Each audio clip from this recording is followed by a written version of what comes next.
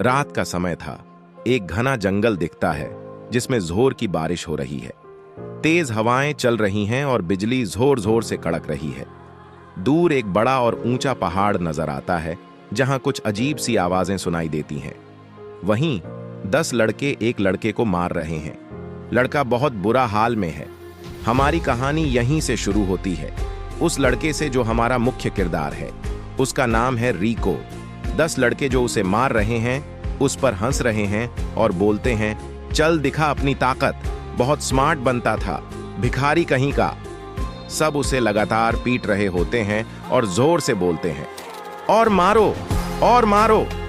आप सोच रहे होंगे कि हमारा हीरो मर क्यों रहा है, क्योंकि जिसे रिको प्यार करता था उस लड़की ने उसे धोखा दिया। उस लड़की ने नशे की दवा खिला दी थी, जिस वजह से रिको लाड़ने के लायक नहीं था। उसकी इस कमजोरी का फायदा उठाकर दूसरे लड़के उसे मार रहे हैं। मार खाते हुए रिको कहते हैं, तुमने मुझे धोखा क्यों दिया? मैं तो तुमसे सच्चा प्यार करता था। ऐसी कौन सी गलती मुझसे हो गई कि तुमने मेरे साथ ये किया? तुम मेरे दुश्मनों के साथ मिल गई और मुझे अकेला छोड़ दिया। मैं तो तुम्हारे लिए सब कुछ करने को तैयार था, पर तुमने ये क्या कर दिया? तब वो लड़की जिसे रिको प्यार करता था कहती है, तुम ये जानना चाहते हो ना कि मैंने तुम्हें धोखा क्यों दिया? तो सुनो, मैंने तुम्हें इसलिए धोखा दिया क्योंकि मुझे हमेशा से एक अमीर बॉयफ्रेंड चाहिए था। तुम्हारे पास तो फूटी कौड़ी भी नहीं थी। प्यार से क्या होता है? मुझे पैसा चाहिए था जो मेरे सपने पूरे कर सके। तुम्हारे पास वो पैसा नहीं था, लेकिन लोगों ने मुझे इतना पैसा दिया है कि अगर मैं पूरी जिंदगी भी बैठ सकता हूं तो भी पैसा खत्म नहीं होगा। इसलिए मैंने तुम्हें धोखा दिया। तुमसे ज्यादा मुझे पैसों से प्यार है, समझे तुम? रिको दर्द भरी आवाज में बोलता है, तो तुमने पैसे के लिए मुझे धोखा दिया? अच्छा हुआ तुम्हारी असलियत सामने आई, तुम्हारा असली चेहरा देख लिया मैंने। रिको सब लोगों से ये कहता है, मैं जानता हूं कि तुम मुझे मारने वाले हो, लेकिन तुम जैसे बुज़दिल लोगों के हाथों को मारने से अच्छा है कि मैं अपनी जान खुद ले लूंगा। मैं अपनी जान ऐसे ही नहीं गाऊंगा, अपनी जान बचाने की पूरी कोशिश जरूर करूंगा। अगर मैं आज किसी भी तरह से जिंदा बच गया तो मैं जरूर लौट आऊंगा। मैं तुम सब लोगों से बदला जरूर लूंगा, ये मेरा वादा है। ये कहते हुए रिको पहाड़ से नीचे कूद जाता है। सारे लड़के और रिको की गर्लफ्रेंड ये देखते रह जाते हैं और कहते हैं, इतने ऊंचे पहाड़ से कूदने के बाद इसका बचने का तो कोई मौका नहीं बनता। चलो, आज रिको की कहानी खत्म हो गई। अब हमसे टक्कर लेने वाला यहाँ कोई नहीं है, चलो वापस चलते हैं। ये बोलकर सारे लोग वापस चले जाते हैं। तभी हम रिको को पहाड़ी से नीचे गिरते हुए देखते हैं। रिको गिरते हुए कहते हैं, मैंने नहीं सोचा था कि मेरी मौत ऐसी होगी। काश मुझे एक दूसरी जिंदगी मिलती। मैं इस तरह की मौत नहीं मरना चाहता, काश ऐसा हो पता।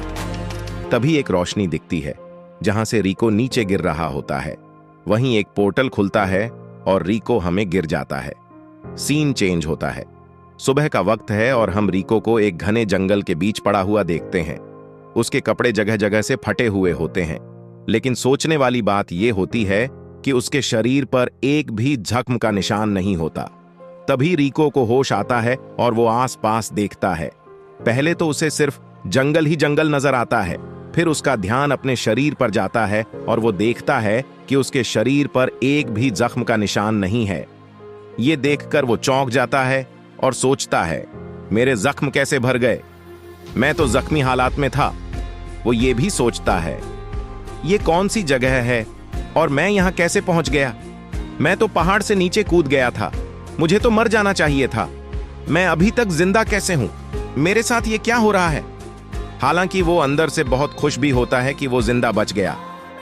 मुझे नहीं पता कैसे, लेकिन मैं मरने से बच गया हूं। मेरे उलटे जख्म भी ठीक हो गए। जो भी हुआ अच्छा हुआ, मुझे एक दूसरी जिंदगी मिल गई। भगवान ने मुझे एक और मौका दिया, धन्यवाद भगवान। रिको को प्यास लगती है और वह पानी की तलाश में जंगल के अंदर चला जाता है। बहुत तलाश करने के बाद एक झरना नजर आता है और पानी पीने के लिए वह झरना के पास चला जाता है। झरने के पास पानी पी रहा है, तभी उसके पीछे से एक आवाज सुनाई देती है। जैसा ही वह पलट कर देखता है, वह चौंक जाता है।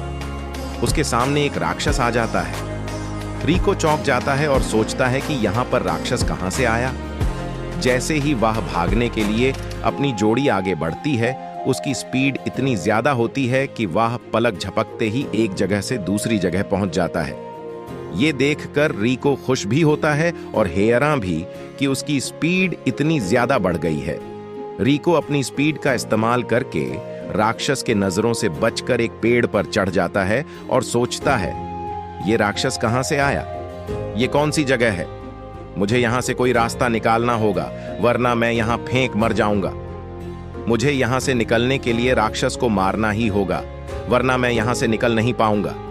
रिको कुछ प्लान बनाने के बारे में सोचता है और कुछ देर बाद उसे एक प्लान सूझता है।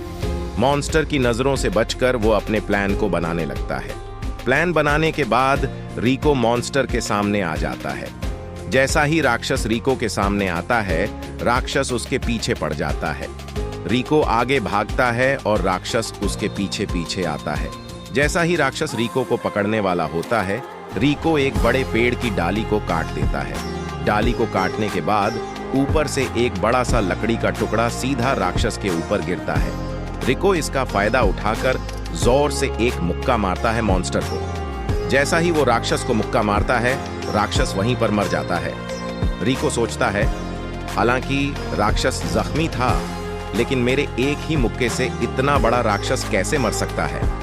छोड़ो, जो भी हुआ, राक्षस तो मर गया और मैं अब इस जगह से जा सकता हूँ। जाने के लिए आगे बढ़ता है, तभी रिको के सामने एक स्क्रीन आती है और बोलती है कि आपने राक्षस को मारकर सिस्टम को एक्टिवेट कर दिया है।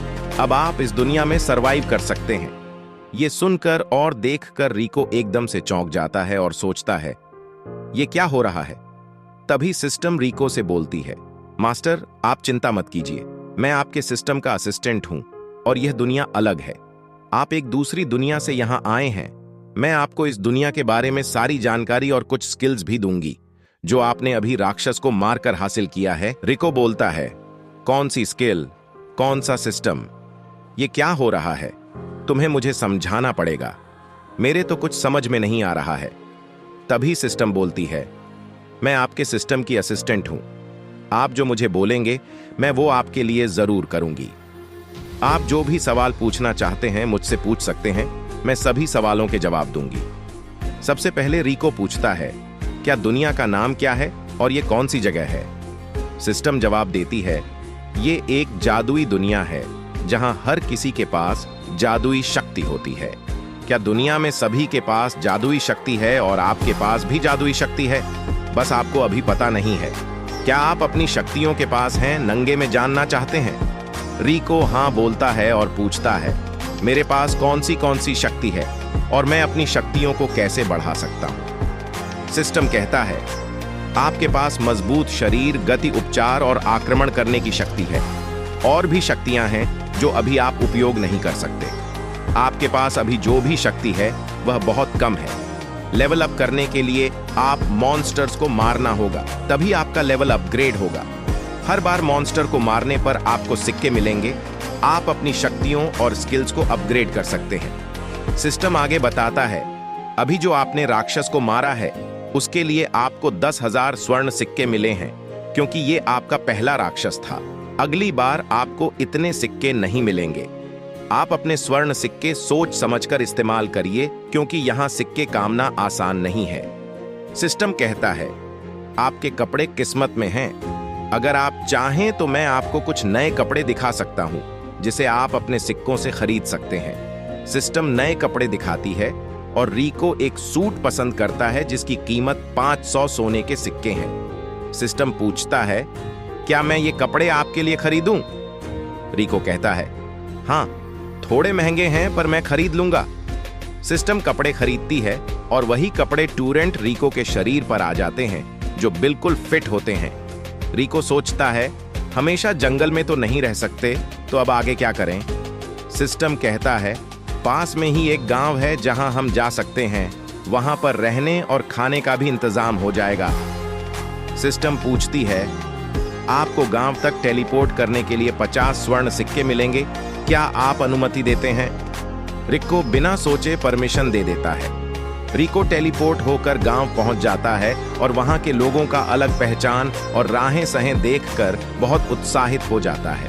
इसके आगे की कहानी आपको अगले एपिसोड में देखने मिलेगी। रिको विलेज पहुंचकर क्या करेगा, कहां जाएगा, इस वर्ल्ड में सरवाइव कैसे करेगा, इस वर्ल्ड के लोगों के पास कितना मैजिक पावर होगी, रिको कितने दोस्त बनाएगा और कितने दुश्मन किया, रिको दोबारा से किसी लड़की से साचा प्यार करेगा। आपको यह जानने के लिए नेक्स्ट एपिसोड देखना होगा। अगर आपको आगे की कहानी देखनी है तो लाइक और कमेंट करें और हम सब्सक्राइब करना ना भूलिएगा, क्योंकि आप सब्सक्राइब करेंगे तो हम जैसे ही नेक्स्ट एपिसोड अपलोड करेंगे तो आपके पास पहुंच जाएगा नोटिफिकेशन के जरिए। सब्सक्राइब जरूर कीजिएगा। हम जल्द से जल्द दूसरा एपिसोड भी लेकर आ जाएंगे। Okay bye. Episode 1 complete.